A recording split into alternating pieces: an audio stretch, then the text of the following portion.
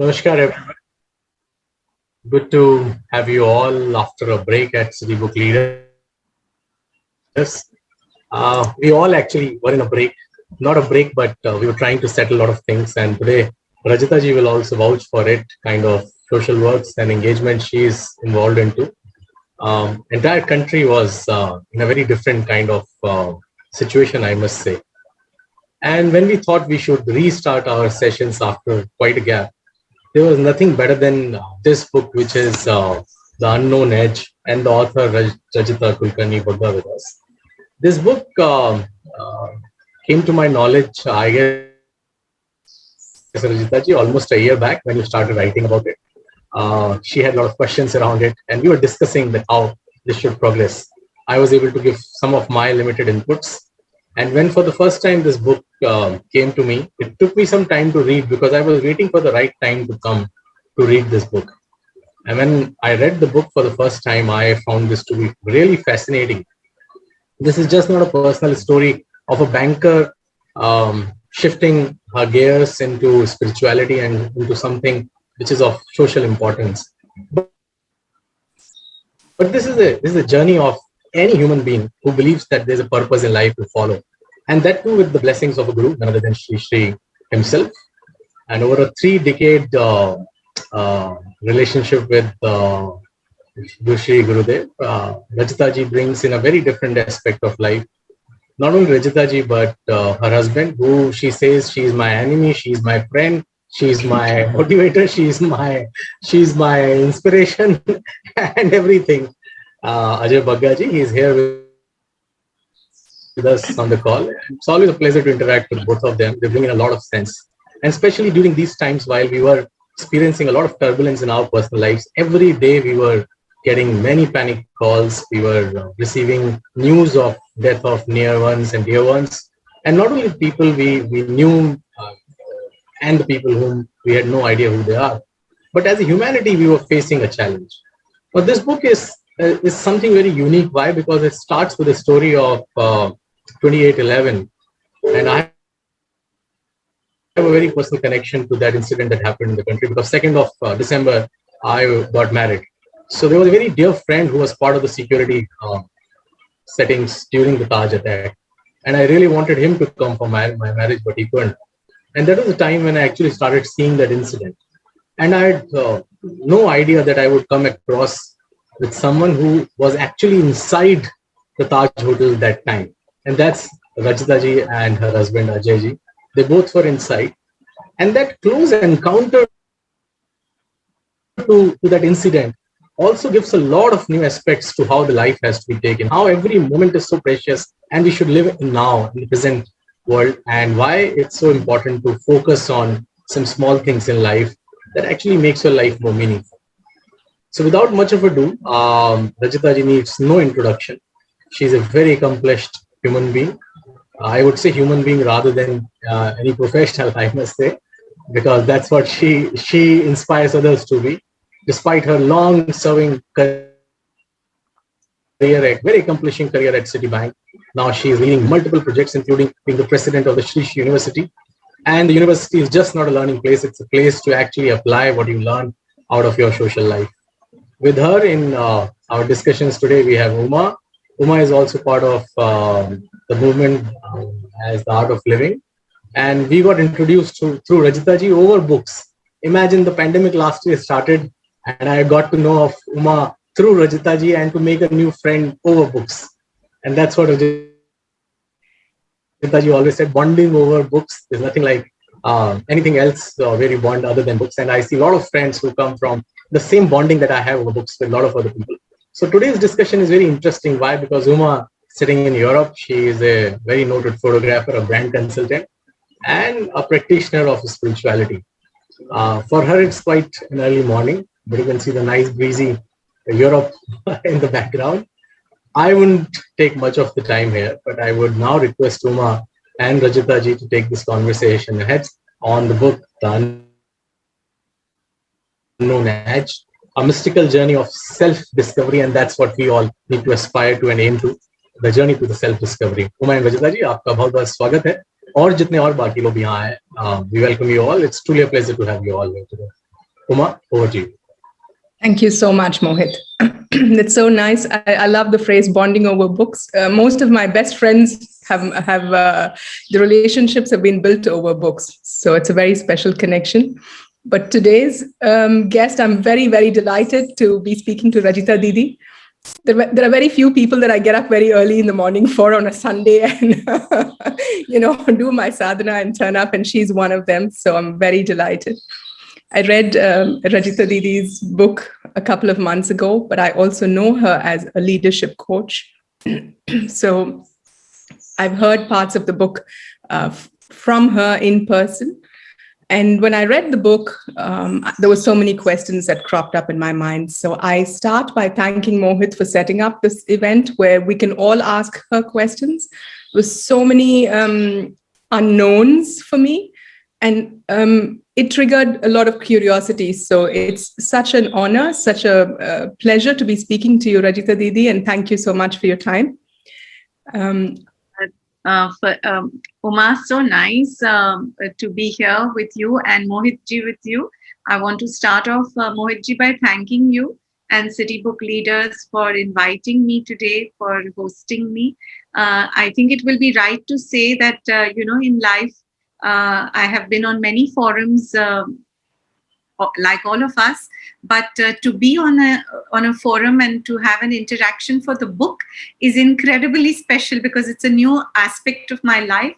So thanks for giving an opportunity like this and to interact with so many new friends for whom books are a love of your life. So very nice to meet all of you on this Sunday morning. And Uma, thanks for joining us from beautiful Cologne. As you said, it's early for you, and I'm looking forward to this conversation. Great, thank you, Didi. So for those of you who haven't met Didi in person, it would take me 30 minutes to give an introduction to all her accomplishments and achievements. So I will make it very short and introduce her in key phrases. Rajita Didi is the president of the Sri Sri University. She's a banker by profession. She plays multiple roles, one of which is she's an author of this best-selling book, and she's a leadership coach. Her workshops on breakthrough leadership for women are creating big ripples in the digital world. If you haven't heard about it, that's another area for you to look her up. And she's a mentor, an educator, and a change maker. And more importantly, a phenomenal human being. Her book starts with the event that took place on 26/11 in the Taj Mahal Hotel in Mumbai. And when I said to my friends that, yes, I'm going to be speaking to Rajita Didi, they said, please ask her to start with this event. We want to hear the details and give us a little, give the people in this platform a little, from your own words, what happened that day and why it was so significant. Yes, I think that has been a common reality of our life, closer home in Mumbai, definitely for all of us in India, the terrorist attacks of 26/11 in Mumbai, I think redefined a lot of geopolitical equations for India as a country, for sure. And I think it was a watershed moment in the way we as humanity, I think, relate to each other. It still remains a very big part of conversations, of memories for those who were even just watching it on TV. I think this was one event, somewhere news desensitizes us every day in our bedrooms. We watch our TV or in our living rooms where, attacks of war or terrorism or man-made calamities are happening, and they become numbers for us, so many dead, so many wounded. But I think this event was too close to home for everybody so those of us who were inside it, of course, was at a different level of transformation for us in our lives. Those of us who maybe knew people or lost dear ones, and even those who were just watching it and being part of it, because it went on for 3 days, unfortunately, the live encounter situations. So yeah, Uma, actually me and Ajay is here, my husband. We went to the Taj. I was at that time on the board of the World Forum for Ethics in Business, which is a global foundation which works for advocacy and awareness in ethics, good governance. It's headquartered in Brussels. I am now the president of it. That time I was on the board. And one of my board members, who was a German member of the European Parliament, was visiting Mumbai. So just a week before that, we were in Brussels for our annual conference. And it was a traumatic time in general. If you remember, the Lehman Brothers had just crashed. We were in the peak of the financial crisis of the world, and we had a conference in Belgium. And at that time in the European Parliament, Erika Mann, my co-board member, she told me, Rajita, next week I'm coming to Mumbai, and I'm coming on a business delegation with 21 other members of European Parliament. So when I come to your city, I want to have a good meal with you and hear a lot of stories. She used to actually love to interact with Ajay, because Ajay would tell her fascinating stories from the partition history of India and other historical sort of incidents. So she said, I want to have a nice chat. And so that's how we decided. And she arrived with 21 other members of European Parliament in Mumbai that night. They were all checked into the Taj.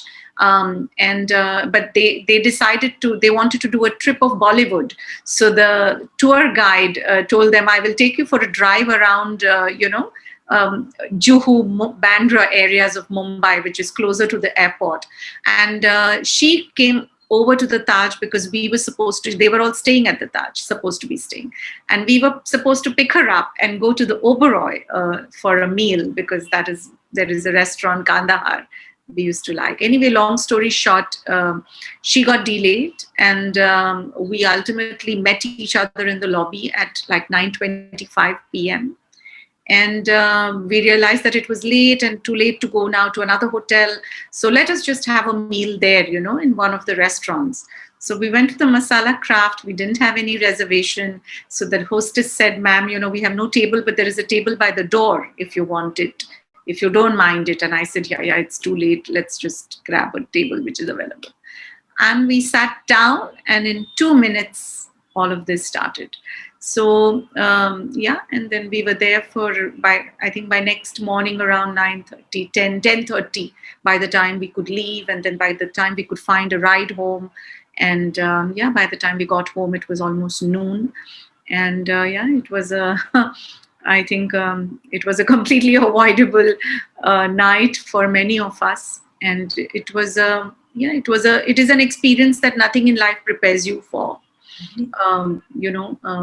All of us have gone through difficult moments, and we have different levels of, different thresholds of resilience, or different thresholds of capacities to deal with them. But how do you prepare yourself to face mindless, violence like this?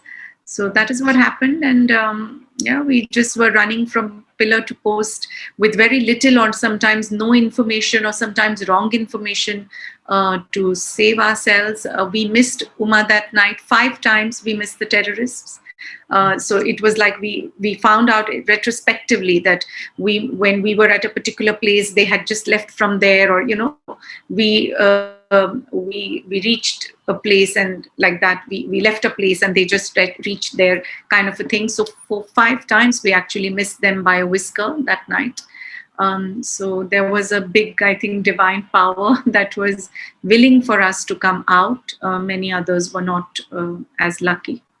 So it was a very, very terrifying, very, very, very, very traumatic experience, for sure. I can say that.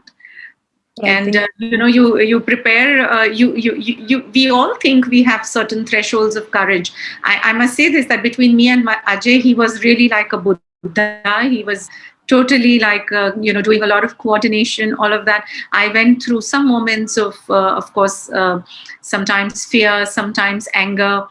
Sometimes disbelief, sometimes it becomes so surreal that is this really happening to you? I was reminded, Uma, that time of the Ashtavakra, where, Janaka, King Janaka has this experience that, is my dream real, or is my life a dream?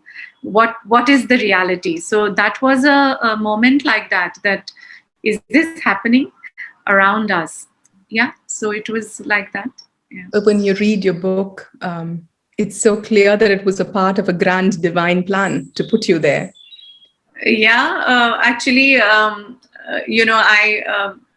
many people ask me, to be honest, at that time, that you have a guru, and your guru is supposed to protect you. So how come you were in an incident like this? How come this happened to you? I remember a conversation like this that happened between Draupadi and some of her friends, that they ask her that, for you, Krishna is your brother. You treat him like your brother. He's your best friend. How come you have, like, one after the other calamities happening in your life? And some of them so terrible, like what happened in the open court. So this, it used to always remind me of that. But I feel very grateful for this experience because, Uma, at that time, when we came out, in those days, we had the Blackberries, and I was in city at that time. And in city, we used to have voice and data separate. You couldn't have it on the same instrument. So I had a mobile phone for my voice calls and other things, and the Blackberry only for data, so for email and Blackberry chat. And I still have that Blackberry. That Blackberry crashed because I must have got, 20,000 messages from people around the world, like people I didn't even know. We didn't know people, and people were writing that we are so happy you're alive, we are so happy you're safe. And I'm like, why are they happy for us to be fine? And it was the big realization of how much love there is in the world, how much people are willing to give if only you are open to be aware of it and to receive it. Gurudev always speaks about us as a one world family, Vasudhaiva Kutumbakam. For many of us, it's a living reality. I am as comfortable in your home in Cologne as in someone's home in Vladivostok, and same for you and so many others who are in all the 160, 70 countries where we are teaching Art of Living programs. And that time, Uma, I experienced it with the intensity I don't think I can ever express. That, oh my God, so many people love me. So many people are happy with my well-being, with our well-being. And that was an experience. I think some of it we are having now in the pandemic. Life has come down to the basics. At that time, Uma, I must say, there was a moment I was praying when we thought it was over, because we were then getting suffocated with the smoke. So we were thinking that if not the bullets, this suffocation might not make us last. And, all of us have these moments where we say, oh my God, what a life. Yeah. It's nothing is working. And we have these moments of despondency or despair. But that moment I realized how much I loved life. I was praying to be alive. I remember I even prayed, I said, I don't mind if, something has to be cut, like maybe sometimes, no karma, what do you know? I said, it doesn't matter. I might lose a limb here and there. Whatever it is, doesn't matter. But I want to live. I was really praying to be just alive in whatever way. And this is a very big realization, like it is for us today, right? I mean, look at what is all happening around us. We are alive and together today. I mean, that is the biggest wealth, I think, for us. So I got these, I think these realizations come. And I experienced, I think, that night, in a way, we all know that there is some higher power. I mean, at least I feel that very distinctly. And that night I experienced it in a way that was so subtle, yet so out there, that I said, this is not me. It's not my doing or our doing. Like Ajay was coordinating so many things, with the media outside. People know him fairly well because of his media presence. And so many people knew personally that we were in, Mohit, a very amazing thing is I used to teach Art of Living courses to Cuff Parade Police Station, which was near where I lived in Mumbai. And our Inspector Mane, who was my, who was the head of the Cuff Parade police station, was outside. So he saw my driver outside the Taj and he says, "Tum idhar kya kar raha hai?" And he said, "Madam aur saab andar hai." And this Inspector Mane was making so much effort to come and rescue us. Now, where do you get these experiences where in such a huge calamity, there are people who are caring for you? And so I realized, I experienced that really that unknown hand that night. Yeah, I'm very grateful for that experience.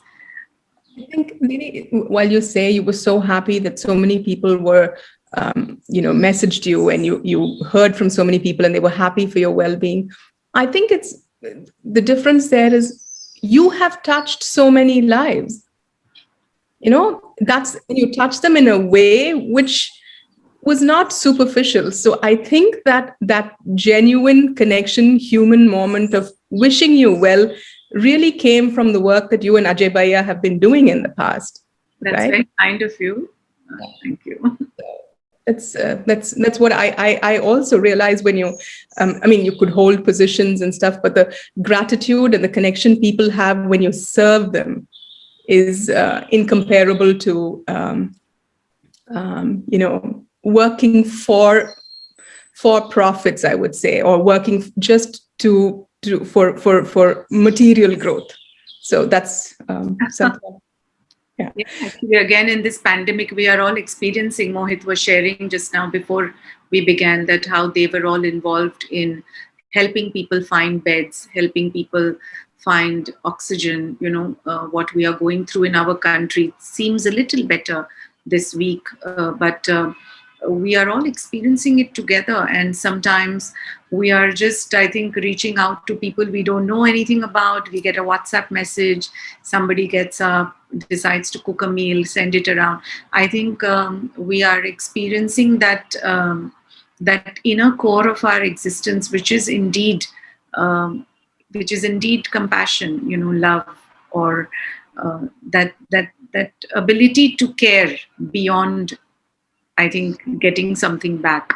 So I think everybody is part of it now, at least in India, I can say that. Yeah. Great. So I want to come back to the book, more spotlight more of the book. Now, the book falls under a very special category. It's of course nonfiction. It's real life story of your experiences, your incidents that are inexplainable to the logical mind. How was it received by people who are not familiar with spirituality or mysticism, particularly because you are, you come from that banking background, which is very left-brained, and it doesn't embrace the unknown so easily. Everything has to be factual and proven and deduced. So how was it received by this section of readers? I think it was loved. I must say this with some humility, but most messages, Mohit, I have received about the book are like at 3-4 in the morning, where people say, I started reading it after dinner and I couldn't put it down. So I take it as a big blessing, and it was received. I think it is being received well by everybody, because human life is human. Human life experiences are universal. We all go through our share of experiences. Each of our life journeys brings our own unique memories, unique learnings, unique challenges. But at some level, and even unique blessings, we all have experiences of moments where we felt that we were being looked after, or we were being guided or carried along. So I think this is universal, and I think that is somewhere I realize now that why people are really loving the book is because in reading about the stories and my life experiences, they find resonation. Something about it resonates with their own life. So that, I think, has been a very big aspect. Like, so many people who are writing to me are saying, and even if you see the reviews on Amazon, etc., they say that, oh, this reminded me of this about my life, or I also had this. So in bits and parts, it has touched everybody a little bit here and there. And I think that is what is, so I must tell you this without taking the name. So a very good friend of mine is today a CEO of a big Indian bank. And we used to be city colleagues. And so I have always been telling him, you should learn a little meditation. It is good for you. You have such a stressful job and I can sit with you. And, I was really like chasing him. So one day he told me, Rajita, if you keep saying this, then, that's it. Now we want to talk anymore. I said, okay, no problem. Let it be. So I just let it be. And, we continue to be friends. So when I made the book, like I sent Mohit one of the first drafts, I sent him a draft, because if there could be anybody critical of the book, it was this person. I mean, he would not mess his words to tell me, come on, what is this? So I sent it to him and I didn't hear back from him for 3-4 days. So I was thinking, so I said to Ajay, so what should I do now? I said, no, let me wait for a week. Let me give him one more weekend. I mean, it's also the pandemic time, busy. And we were in lockdown, and he called me and he says, can I come and see you? I said, if you can, please. Yeah, please do. So he came over and he sat me down, and he had these huge tears in his eyes. And he said, I cannot believe the things I said to you. And I mean, it revealed to him so many beauties, as he called it. He said, this is a beauty. And he can be as left brain as you get. I mean, it's not about left or right brain. I think it's more about the heart. And I think heart is only one. So that is universal. And I think life has in general brought us to a space again today where we are all being challenged to go beyond what is appears to be the obvious purpose of our life, and I think, that is what is resonating for people. For me, I also had tears when I read your book. There were so many chapters where I had to close it. It was a very easy read, but I felt it was opening up so many, I don't know what it was. Either it was a blockade because of the pandemic, or we hadn't, really met human beings. Every chapter was an opening up. And this one particular, story where you share about Gurudev telling you just have to have conviction. Everything else is taken care of. Yeah. And I think in many, many such moments, it was an opening of the floodgates for me. It was a cleansing. It was a deep cleanser. Sorry about that, Uma. That was not the idea. Uma, if I can add to that, I think you asked Gurudev that how will the university shape up? From where will you get the funds? So there's a beautiful line in the book where Gurudev has said, "Agar Narayan honge, to Lakshmi apne aap hongi." Yeah. And with that conviction, things happen in life when you have the right intent. And that intention is very important, I guess. And I thought, Uma, this should be added.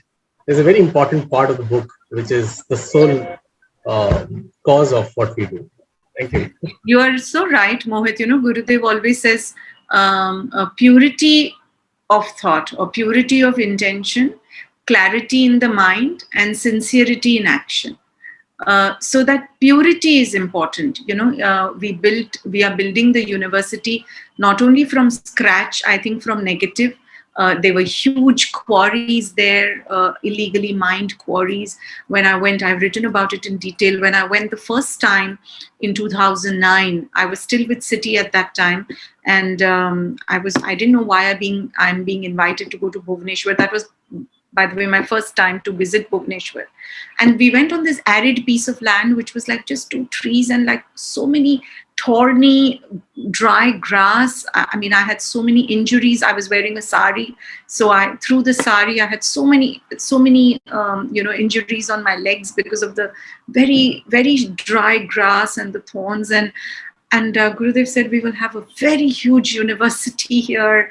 And, people from all over, the students from all over the world will come here, and there will be flowers and gardens and birds, and I couldn't believe. I mean, I mean, it was so so completely outrageous for me that there was no discussion even. And as a charitable institution, to be in the field of education is not easy, because you live by certain values which disallow you to do certain things, which is unfortunately rampant, and which is what also sometimes makes you financially more robust. We don't do those things, we don't pay bribes, and how do you then do this ethically, purely? And this has every day has been an experience unraveling in that. Today, in less than, we started in 2012, and it's only going to be our 8th convocation this year. We have students from close to 35 countries. We have 50 programs. We have almost 4,000 plus students, a team of 300-400 people. And really, there are 54 types of birds now on campus. This time, Mohit, we reaped a harvest of 2,500 kilos of mangoes alone from the campus. We have about 44 types of fruits and vegetables that grow, flowers, about 1 million square foot of infrastructure. And earlier days, I used to get worried, let's do a budget, let's do the capital planning. And we do that even now, but with that reassurance. So it is, and I think it has become a thought leader today, because we have been from day one. We focus on mental well-being, and today, and sometimes in educational conferences when I speak about meditation, etc., I get challenged. Some of you might be surprised to hear that I get very, very severely challenged. I remember in one conference, somebody asked me, so what is so unique about your university? I said, well, we created an ecosystem where students can meditate, they can learn breathing techniques, they have resilience tools that they can learn. And we have a, respect for life campus. So we have a vegetarian campus with no alcohol, no addictions, no smoking, no drugs allowed on campus.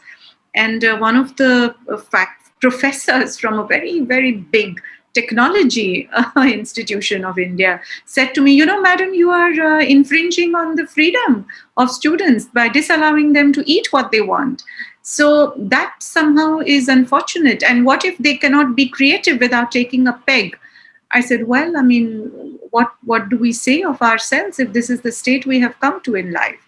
And today we are the thought leaders. Everybody is asking us to help their students, meditate, because look at what the pandemic has done. There is depression, suicides are happening on campuses. So I think we are lucky to be guided by the foresight and the vision of Gurudev. And for sure, I can say with confidence that with the 100% effort that we physically put in, there is an element of a higher hand that is allowing for things to unravel, as though there is a grand plan we are part of. So I can see Dev Kumarji and Nutanji, Hariharanji, Anya has joined from Netherlands, Kamlesh ji, Rajiv Gupta ji. So I'm meeting some of you for the first time, but we are all familiar with annual strategic planning, etc. So 2 years ago, Mohit, not 2 years, like last July. So we every year before our academic year starts, we start with a strategic planning activity, and so we were doing that in person, which feels like a eon away now. And Gurudev that time was in St. Petersburg in Russia, and we had requested him to join online, and then we were presenting him with just sharing with him that we made these kind of plans, and 3-year goals and 2-year goals and 1-year goal and so on. And after listening to all this, he asked me, Rajita, where is the 3,000-year goal? And all the pride we had felt about pushing ourselves and pushing the team and saying, oh, here we are, dudes, we made these goals, and 3,000-year goals. So that is what I think Gurudev, that is what a spiritual illuminated master brings to our life. The ability to pull you out of the normal or the mundane to the realm of the mystical. Now, who can think of 3,000 years?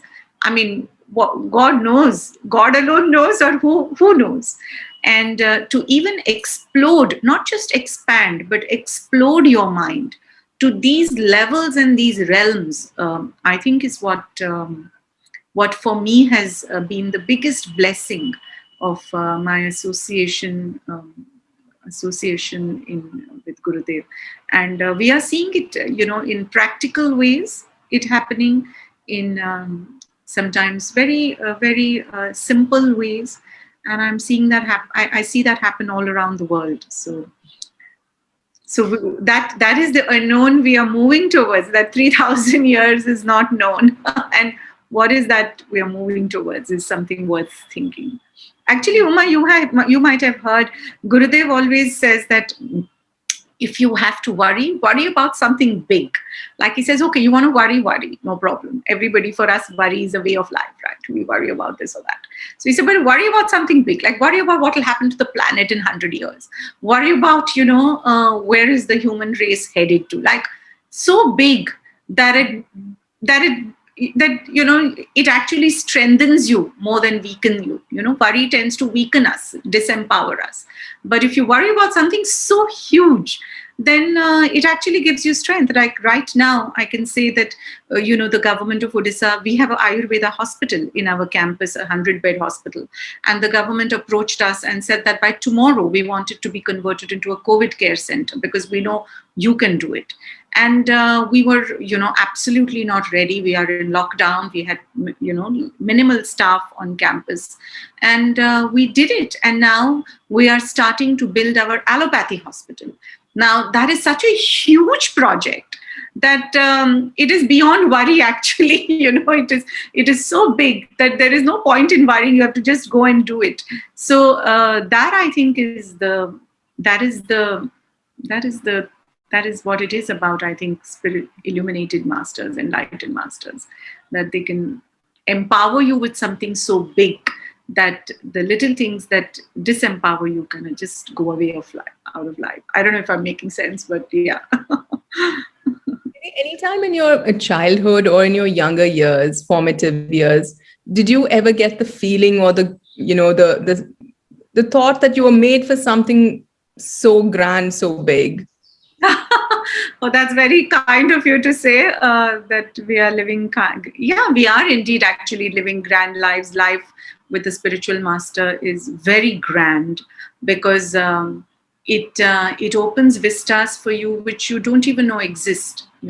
It is said that what are the signs that you have found a Sat Guru, like a true master? That first is talents come out of you, which you didn't know existed. It is true for me, I can say that. If I look back in my own life, 2 years, 5 years back, 4 years, 10 years back, what I am today is not a patch on what I was. So talents come out and abundance comes in your life. Abundance floods your life, it is said. And then joy wells up. Joy becomes your nature. Joy wells up. And sorrow diminishes. So I think all of this is grace that it makes it happen, and 100% effort brings 100% grace. If you just say, you know what, it'll be taken care, I don't think that is the rule. That is the equation for grace or blessings. But 100% effort brings, I think, actually 1,000% grace. So that has been my life reality. I had fabulous role models in my life, in my childhood. My parents were the first generation of young working young couple of free India, and to see their industrious way of living. My mom worked with Reserve Bank of India at a time when not too many women were working, and to see her every morning, she would wake up and make our tiffins and make our, breakfast, and then go take a train, go to work, and then come back, and then do this day after day after day after day after day. And then still have that joy for living, keep relationships, maintain relationships. It was very, very inspiring. And my grandmother, paternal grandmother, was a very learned woman and every day would read the Bhagavad Gita. We would not get food in the evening if we didn't chant the 15th chapter, me and my brother. So I think she came from a very, very illustrious family. All her 4 brothers are, very well known in India. Dr. Ghatke is the founder of Hindustan Aeronautics Limited, her own elder brother, and others. The Ghatke family is very well known. So there were many, many great examples to kind of emulate. And later, after my marriage, to listen to the stories from my in-laws of how they rebuilt their life after coming from, then undivided India to this, what we are today. My grandfather-in-law was the Solicitor General of the Northwest Frontier Province. And then to have to leave everything and just, they came for a holiday to Dalhousie and that's it, they couldn't go back. So imagine a life broken like this, which you have to rebuild. So I think these have been great inspiration for me within the family and so many around. And that role modeling, I think, keeps pushing us to do more. At least it keeps pushing me for sure. And then to top it all, this experience of 2611, where, life itself has become a gift.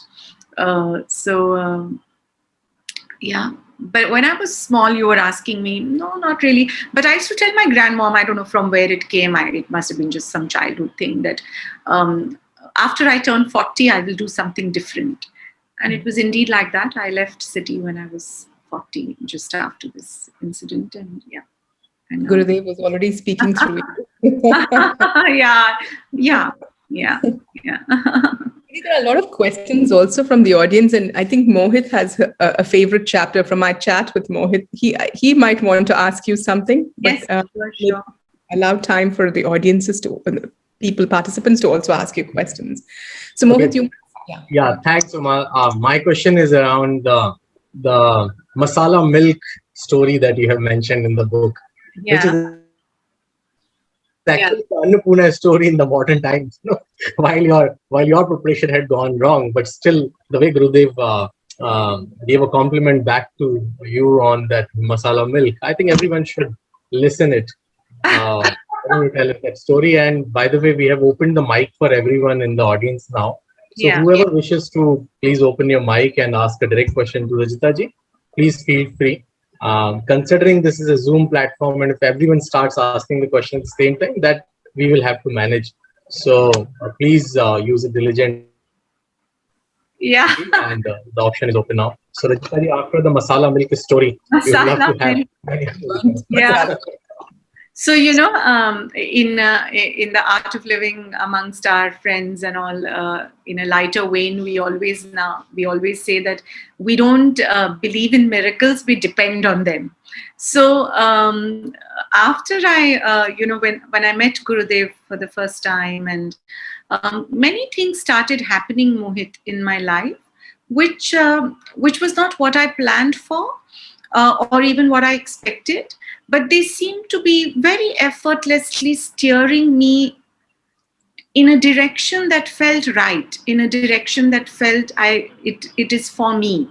And I started getting, if I can use the word familiar, with things like that happening. Like, in simple words, you may call it coincidences or telepathies or things like that started happening. Or you could use a more, solid word like miracle, but things that you could not normally explain like that. So we moved to Bangalore from Bombay, and that itself was a big story, actually, how that happened. And we stayed in Bangalore city, and we both had busy jobs with city. Ajay was also in city at that time, and it was very, very busy and tough and all. And then we were settling into a new life there. And Gurudev used to be in ashram between his travels, etc. And because we had quite a central place in the city, many people from ashram, if they had a late night flight, early morning flight, they would stay with us the earlier night, because it's easier that way to travel. Ashram was little outside of Bangalore, outskirts. So one such friend of ours, a teacher of Art of Living from Mumbai, she came to our house for a program that was happening in Windsor Manor Hotel in Bangalore. And when she entered our house, she said, "Oh my God, this is so beautiful. You must invite Gurudev to your house." I said, "Oh, is that a possibility?" I wasn't sure. I was very young, and okay, now also very young, but younger in that time. And, just I had met Gurudev and got sort of done the programs. And so I said, "Oh, how does one do that?" And so anyways, she says, "You must call him and you must invite him. Tomorrow, anyways, he's coming for this program to Windsor Manor." And I said, okay. But I didn't do anything. I was too shy. And then next morning when we woke up, she said, "I had a dream that Gurudev has come here. So you must call him now." So I said, "How can I just call him like that?" And anyways, long story short, I called the ashram. Somebody picked up and they said, "Indeed, yes, Gurudev will be happy to visit your home on his way back from Windsor Manor Hotel." So we said, "Okay, very nice." So we said, "Now how do we prepare, right?" I didn't know how to welcome a spiritual master like this, like that. So I thought, let me call my mom-in-law, and everybody had their own ideas and whatever. I got some ideas. So I thought, okay, let me make masala milk. It's like, like saints, maybe you can give masala milk is a good thing to do. And we had no time because we came to know about this at about 10 in the morning and Gurudev would arrive by 11:30. So where is the time to do anything else? So, my housekeeper was there. So we said, okay, fatafat, let's do masala milk and all. And we were getting busy cleaning the house. The milk got burnt. So fully, like you smell, no, when the milk is burnt. So the milk was burnt. I said, oh God, one thing we couldn't get it right, this masala milk. Anyway, so I decided to leave it now, what to do. And then Gurudev arrived and then we had some fruit and we had other things. And so we offered it, and I was very touched by how easy it was to be talking to Gurudev. It was so natural. He made us so comfortable, and it was like a friend was coming home, like a dear one was coming home, who was familiar. So Gurudev said, "Oh, no, I don't want it. No, this is not all necessary. Anyways, I will go now and have lunch. But you give me masala milk." I said, "From where to give you masala milk now?" So and like this, he said, "But you give me masala milk." So I, very scared, I went in. I had nothing else I could do, but I had that masala milk. So with great repetition, I put it in a glass and, offered it to him. And I was hoping that he has changed his mind and he'll forget to drink it. But he had it. And he was loving it. He relished it. He had the whole glass. And I was so scared. I said, what if something happens? This is burnt. And anyways, he had it. And then after some time, he left. And then I went back and I said, "My God, this masala milk, let me also drink it, like prayashchit." Like that's very innocently I was thinking. And I had it and it was perfect masala milk. It was the best one I had ever had. So that is the sweet incident. But it is not, at that time, it looked very, very unbelievable. But you look at our scriptures, there are tons and tons of stories where, a master, how he or she can, incidents like this. There are tons of stories like this. And it's no surprise. So I think it was my initiation into getting used to experiences like this. Now, if such things don't happen, only we are surprised. So I think that is the unknown, unseen, unexplainable aspect of life. And I feel, opening your eyes to this aspect of life makes it charming, makes it more full of juice. जैसे हिंदी में हम कहते हैं रस भरा जीवन.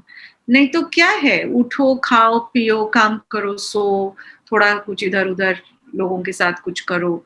पर ये जब थोड़ा ये रस, when it comes in life, then I think it makes you also more capable of things. It makes you capable of giving. It makes you capable of serving.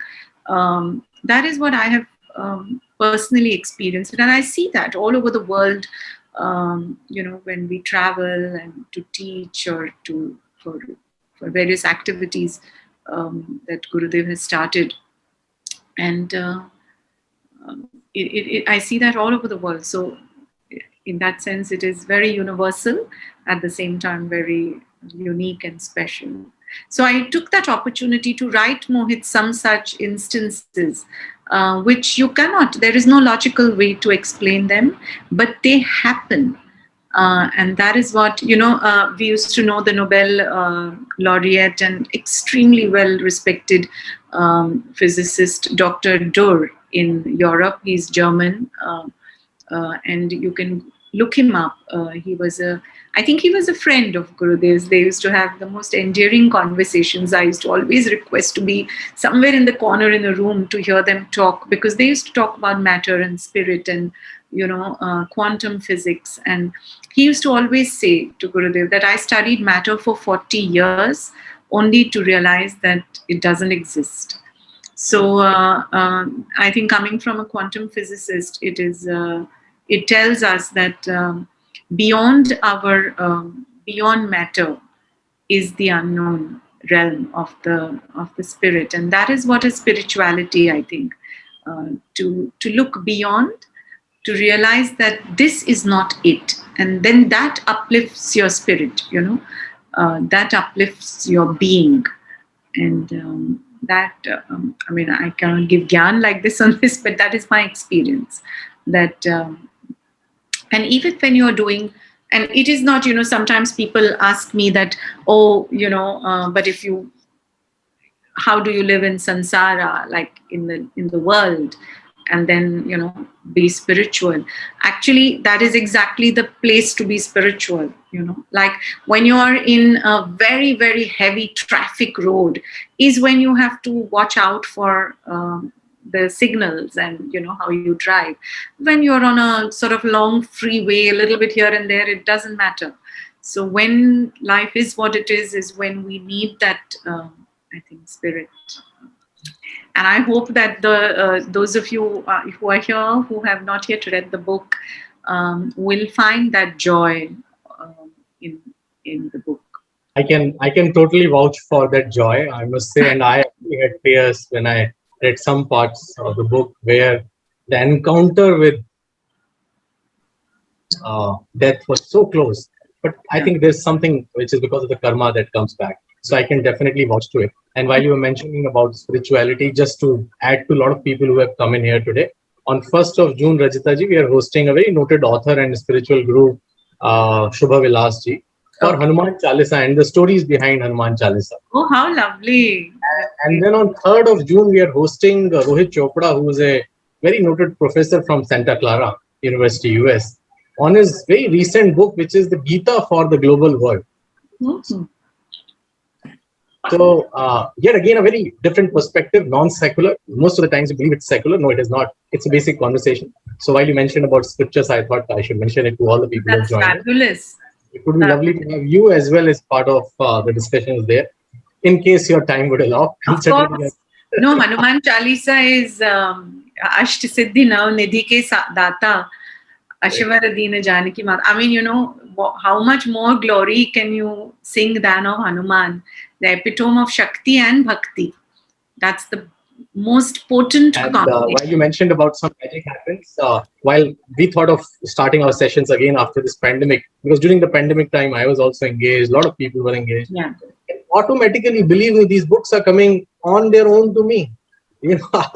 I had no idea from where will I meet Rohit Chopra, but somehow the book, the Gita for the Globe, came to me. I believe you, Mohit, I believe you.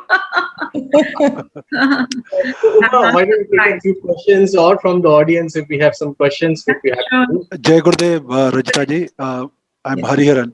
So, Mohit, thank you. So, if Gurudev is for keeping us, all the knowledge and the unknown happening, I think for books it is Mohit.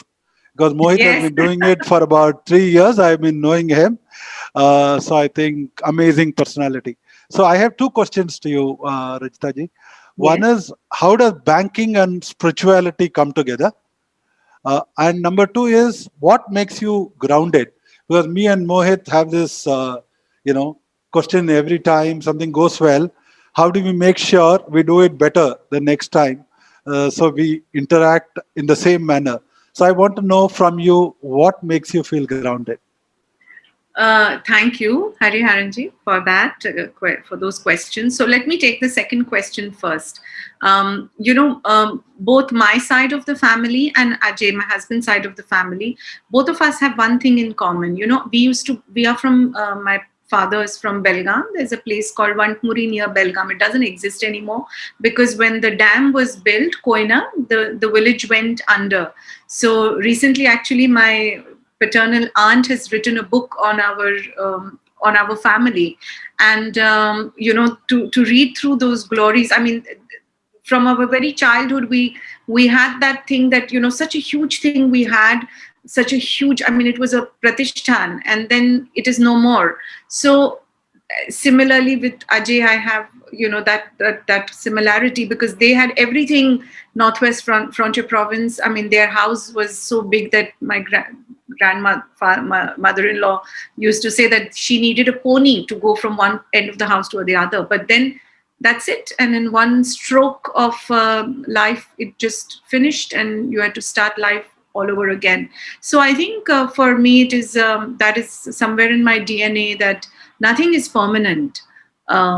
So sorrow is not permanent, but where you are could also be impermanent. So to stay the course, I think, and to keep working for it, I think is somewhere in my DNA. I cannot more than that. I don't think I've made any effort. And for me, the grounding is again, Hari Haranji, when you have a guru, if you fly too much, there is a natural mechanism to bring you back.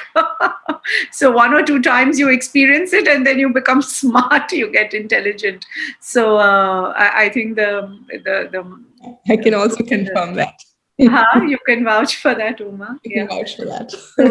So that is my personal, I think, experience. And banking and spirituality, like, many times we treat spirituality as something outside of our normal life, so to say. Like, this is my normal life, this is my job, this is my family, and then there is spirituality. I think it is not different, it is integrated.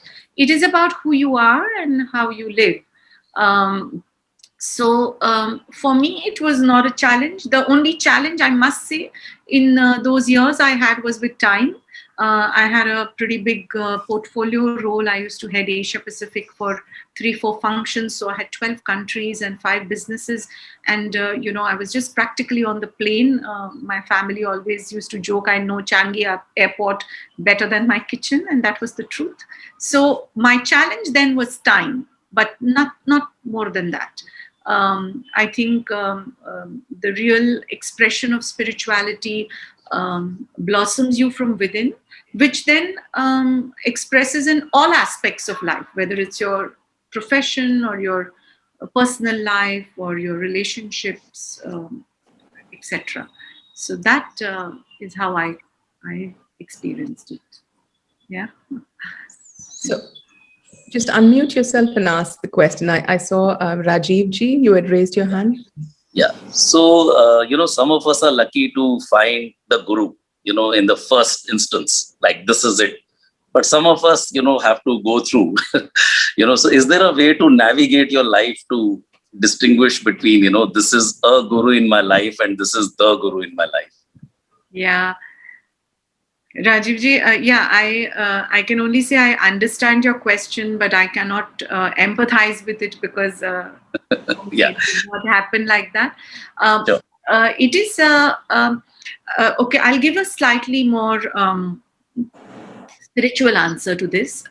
It is I am a big believer in the theory of karma and dharma, and I am a big believer that all that we go through in our life, it is intended for us to go through. So not to make it fatalistic and say, you know what, ye ho raha hai to hona hi tha, to chhod do, baki kyun karna hai.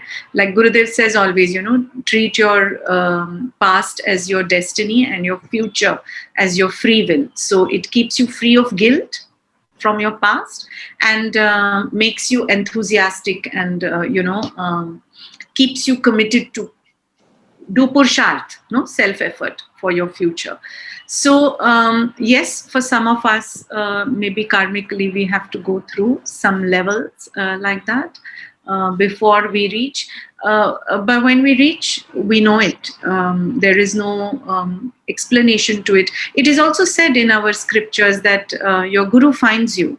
So sometimes it has to be little tapasya to get there. Sometimes it is just effortless for no reason. And I don't attribute that to us. It is, Please. yeah, it is the guru who finds. Thank you. Thank you for the wonderful answer. And Thank you so much. Abhijit, yeah, go ahead, unmute yourself and speak. Yes, thank you. What happened when I heard your masala milk, the story, I just got now after in 18th, February 18th, I visited and meet Sri Gurudev. So at that time, I have taken my milk products, whichever I have experienced it, and whatever with my experience of 25 years in Ayurveda, I have developed a product Enzo that what I was kept here. That was for malnutrition, and I gifted it to Gurudev. And Gurudev asked me all the stories and all these things. And after sometimes the secretariat and all other persons, they have started taking away all the things. But Gurudev told me, no. You have to keep this milk here. I have to drink it, keep it in fridge. So now I got that cue. Why Gurudev told? Because of that masala milk story, may Gurudev told that. And still today, whenever I am meeting so here, the name is Enzo. Now we can. yes, sir. Enzo is energy, and Gurudev has blessed it in 2015, and at 18th, after publishing patent, I have taken to him for the last these blessings. So now I got that cue why he's loving this milk product. It is not just this. I want to take a moment, Mohit, to talk about Gurudev's relationship with his devotees. Once I was in Gurudev's meeting area, and every Saturday and Wednesday, Gurudev, when he's in Bangalore Ashram, he does darshan. So thousands of people come, like especially Saturday, buses and buses come from like Kerala, even all neighboring states. And on a day, sometimes if it's a long weekend or something, it can go to 15,000, 18,000 people darshan. So 4, 5, 6 hours, Gurudev just goes on meeting people one after the other. And so one time, I've written some of these stories. One time, Gurudev came to his meeting, their area, and I was there. And then, people bring him things like flowers, or mostly people give him little letters, chits with their whatever questions, or they want to share their worries, or sometimes people bring food. So, and it comes like in big, there is no packet to hold it. So you take these large pieces, like bed sheets sometimes, and you have to collect in it, and some boys then bring it, the sevaks bring it. So one time like this, and it was a big darshan day. And then Gurudev said, Acha, there was this lady from Baswan Gudi who got puliogre. Where is that? Like it's a rice item. So where is that? So there were like at least like 10,000 pieces of things in those, what was received that day.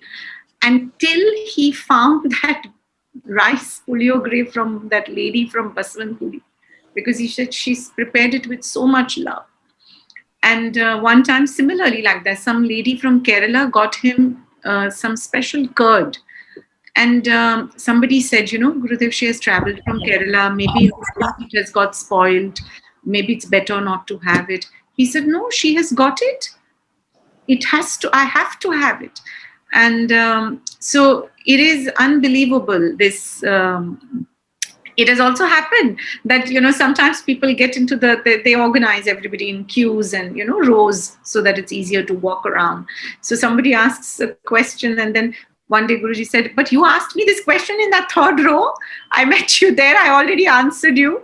So, how a spiritual master, the attention. And it's not just now, we were in Manchester 2-3 years ago. Gurudev went to Manchester after a gap of I think maybe 10, 12 years, Uma, or maybe longer. And there was this huge, beautiful program organized in one huge convention hall. And Gurudev was on the stage, and there must have been 4,000-5,000 people in that hall, Mohit. And Gurudev came on stage, and there was like a choir, children's choir, which was singing. And Gurudev sat on his sofa, and he was just looking like this, in the towards us who were sitting in the hall. And we were 4,000-5,000 of us, and the hall was reasonably dark. And then he said, "Oh, Victoria!" And there was an elderly lady, she must have been 85 or more. She stood up, and she was right at the back of the hall on the ground floor. And from where he saw her is a mystery.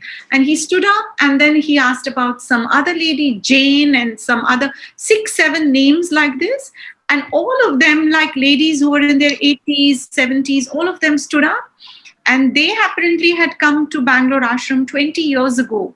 And Gurudev had the most endearing conversation, him on the stage, and these ladies like in the back of the hall, and like the other 5,000 people didn't matter in that hall. And they were talking about those days. And so that is what somebody had asked Gurudev once, "Do you love us all equally?" And Gurudev said, "Absolutely not. I love you all uniquely." So that is the beauty of the relationship, I think, between a guru and a devotee. It's so unique and personal. So, yeah. So, Didi, I think we've actually come to the end of the session, and I realize I have so many more questions now to ask you than I started with. This is endless. We can go on and on. Go on and on. And this is something, for those of you who don't know, when Didi comes to Europe, when she's here at the German ashram, after every, we have these leadership training sessions where she's training us to be, trainers. And at the end of the training, we all get cookies and milk, like vegan cookies and milk, which the center makes. And we sit around Didi and she tells us stories. Yeah, they are very sweet. They listen to everything I tell. But this time, I must say this to all of you. I cannot believe that this has happened. This book is ready. I wrote it, or it was written through me. I don't know. And it is touching so many hearts. Is itself a miracle for me. And with all that was going on in my life, with the pandemic, and actually last year I lost my father in May. He had a massive cardiac failure on Buddha Purnima night. And I thought to myself, God gave me one experience of how precious time is. And I should have known it better. He would have loved to read this book. He was so proud of me for small little things. And this would have definitely. So I said, "Oh, I cannot waste any more time." So I just got to 3 months. And then one day I had this stroke of complete panic when I called Mohit and I said, will anybody want to read this book? Who will want to read this book? So Mohit was helping me that time, and just actually listening to me more than anything. That helped. So I'm very grateful to everybody who was part of it. And this writing a book is such a cathartic process. I think creating anything new is a cathartic process. And it was for me as well, because every time you write something and you read the earlier thing you wrote, you feel, "Oh my God, that's not so nice. Let me rewrite that." So, and then in this year, this COVID, so we were working, and this is one of the first such books published by the Art of Living Publications Trust, which is not, Gurudev's knowledge is all published by our trust, our in-house publisher. But they took this as the first non-Gurudev's book. It's Gurudev's book only, but like written by me. So that is a big honor for me. And in our team also, Mohit, we started working, and then somebody got COVID, then somebody else got COVID, and then somebody else got COVID. And then we are thinking, what is this deadline? Like, it is a forever moving deadline like that, but then it all worked out. So here it is.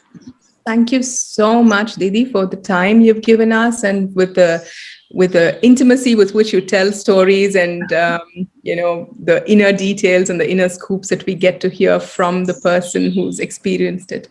I've been referring your book to people. Of course, the words mysticism and magical are key words to describe the book. But for me, it's a book for those who believe that there is more that we don't know than what we know.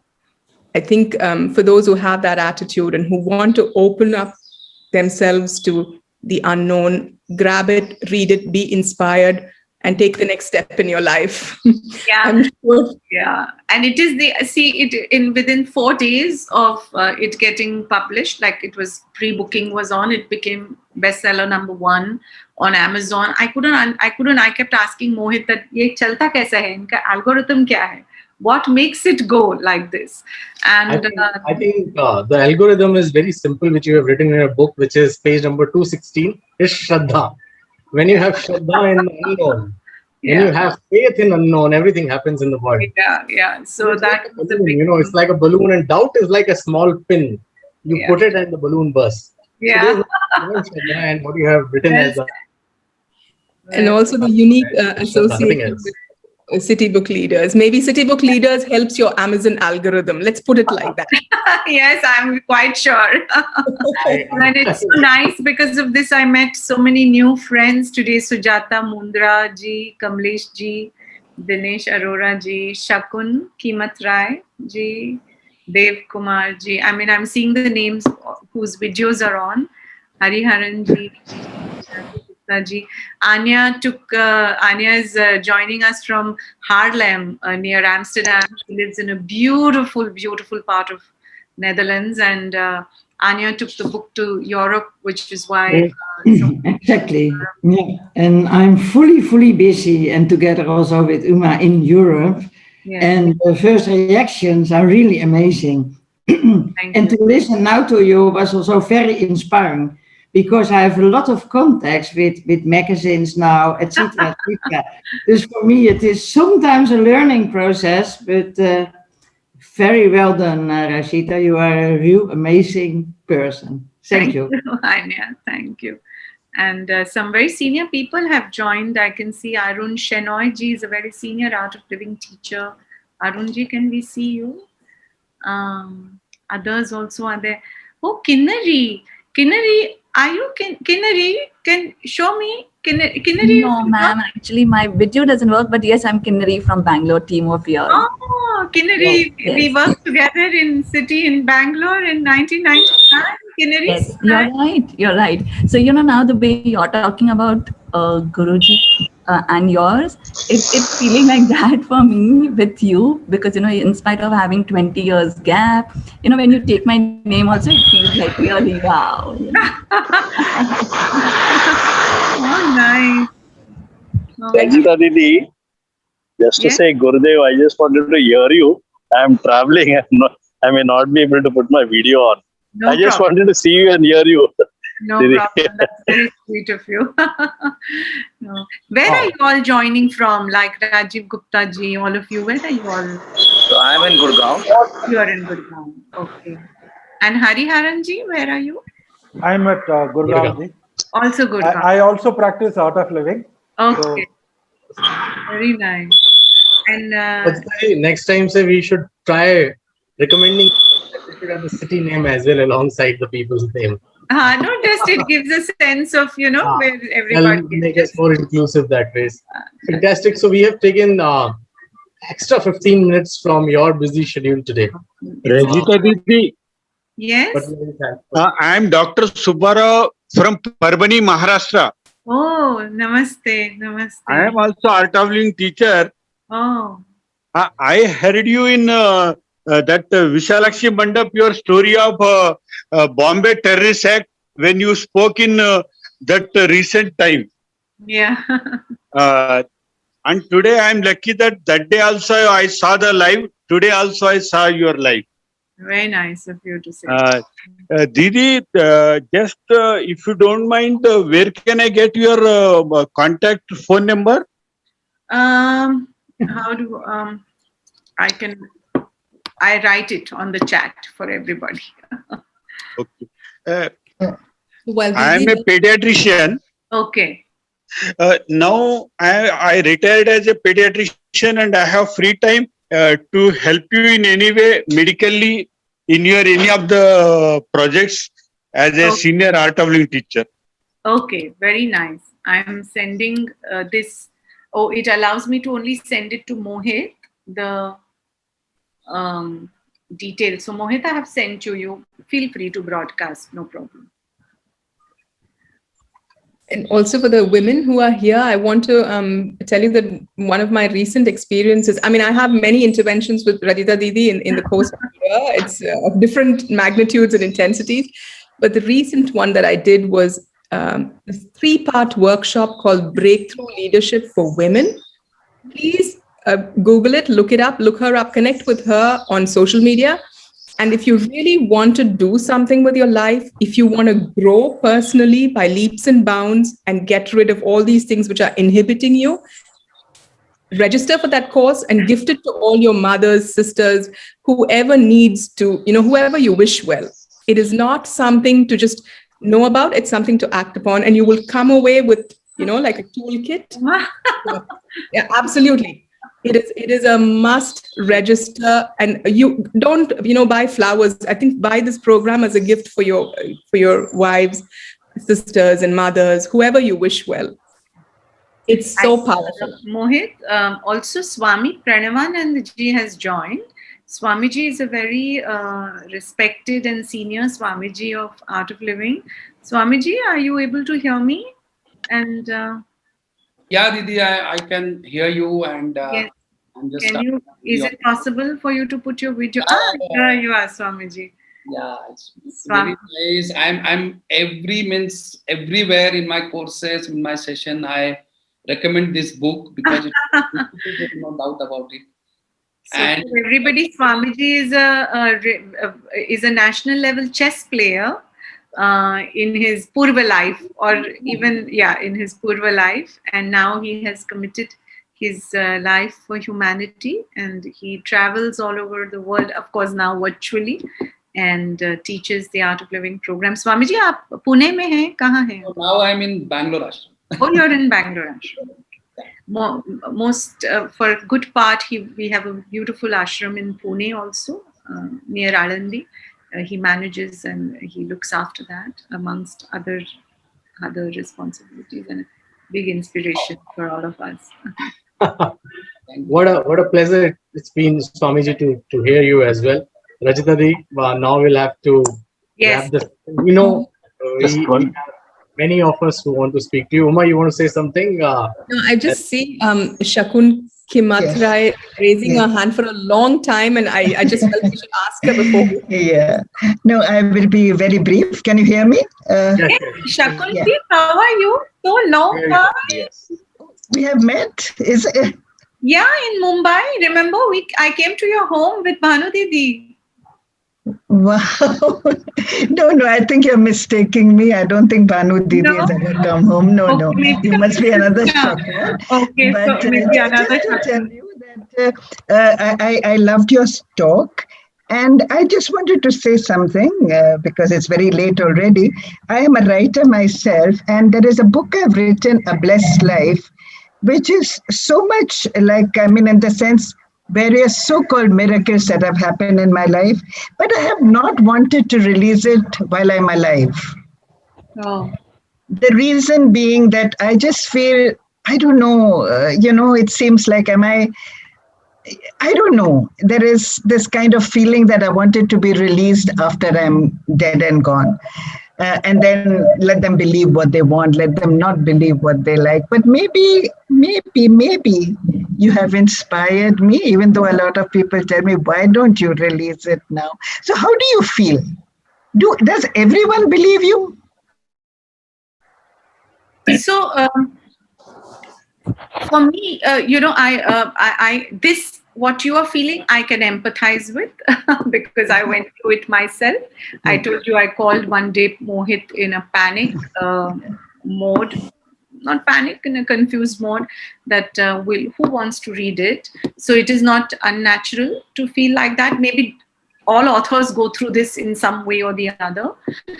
And for me, actually Amish Tripathi told me very beautifully. He's a good friend, and he said, Rajita, don't write for others, write to express yourself. So those who want it, don't want it, like it. So I felt that freedom while writing. For me, it was just, I felt very free to express. Because if you keep thinking, will people believe and should I write this or not, then it is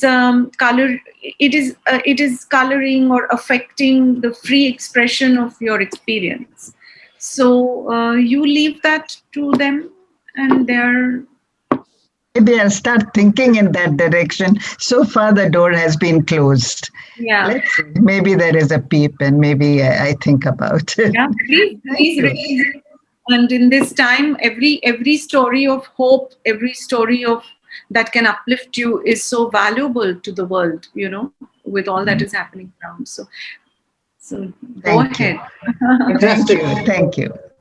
Thank you so much for joining on a Sunday morning. It was so delightful to be with you, and thank you for listening. I think, Rajita Di, we cannot end this session without thanking a few people who actually made this happen.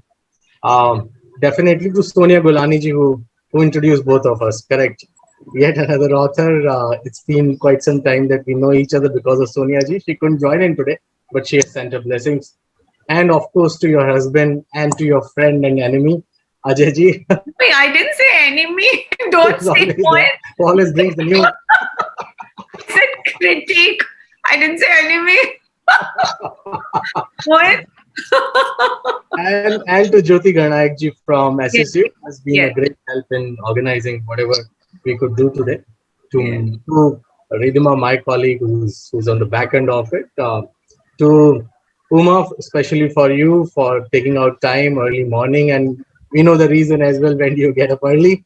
And also, we are in different time zones, so I missed some of your messages. So what is early to you is late to me that way many times. So thank you, Uma, for that, and to you, Rajita ji, and to everyone who could join in today. Everyone who could contribute to this session. It's truly a pleasure. The session would be live and would be uploaded on YouTube very soon. So take out the snippets and do read this book, give this book to as many people as you can. It's yet again about what Sai Baba says. It's about Shraddha with Saburi, which is Shraddha, faith with patience that can move mountains. These are the times. Thank you very much, Mohit and City Book Leaders. Thank you, Rajita. Thank you very much for making this happen. What a huge inspiration you are, and you are flooding people's lives with inspiration. So thank you so much for all that. Thank you. Thank you. Thank you, Gurudev. Shaila, Natasha, Garima, so many of you are here. Thank you so much. Thank you.